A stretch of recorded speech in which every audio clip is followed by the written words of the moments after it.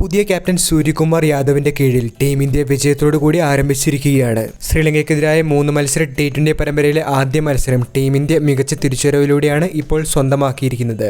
Toss നഷ്ടപ്പെട്ട ബാറ്റിംഗിനിറങ്ങിയ team India 214 റൺസിന്റെ വലിയ വിജയലക്ഷ്യമാണ് ഇന്ന് ലങ്കയ്ക്ക് മുന്നിൽ വെച്ചത്. ഇന്ത്യയുടെ എല്ലാ ബാറ്റർമാരും മികച്ച പ്രകടനം തന്നെയാണ് ഇന്ന് കാഴ്ചവെച്ചത്. 40 റണ്ണുമായി ജയ്സ്വാളും 34 റൺസുമായി ശുഭ്മാൻ ഗില്ലും 58 റൺസുമായി ക്യാപ്റ്റന്റെ ഇന്നിംഗ്സോടുകൂടി സൂര്യകുമാർ യാദവും തിളങ്ങിയപ്പോൾ പതിയെ തുടങ്ങിയ ഋഷഭ് പന്ത് ഇന്നിംഗ്സിന്റെ അവസാനം മികച്ച ബാറ്റിംഗിലൂടെ 49 റൺസും നേടി.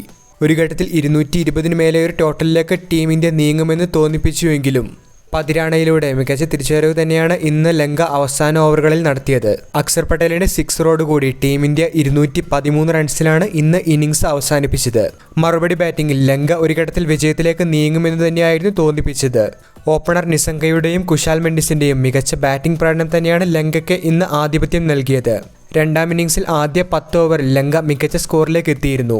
ടീം വിജയത്തിലേക്ക് നീങ്ങുമെന്ന് തോന്നിപ്പിച്ചുവെങ്കിലും നിർണായക ഘട്ടത്തിൽ നിസംഗയുടെയും പെരേരയുടെയും വിക്കറ്റുകൾ നേടിക്കൊണ്ട് അക്സർ പട്ടേലാണ് കൈവിട്ട മത്സരം ടീം ഇന്ത്യക്ക് തിരികെ കൊടുത്തത്. ശേഷം അസലങ്കയും ഷാനക്കയും ഹസരംഗയും മടങ്ങിയപ്പോൾ വിജയലക്ഷ്യത്തിൽ നിന്നും റൺസുകൾ അകലെ ലങ്ക ആദ്യ മത്സരത്തിലെ തോൽവി ഏറ്റുവാങ്ങുകയായിരുന്നു. അങ്ങനെ 3 മത്സര T20 പരമ്പര ടീം ഇന്ത്യ 1-0 മുന്നിലെത്തിയിരിക്കുകയാണ്.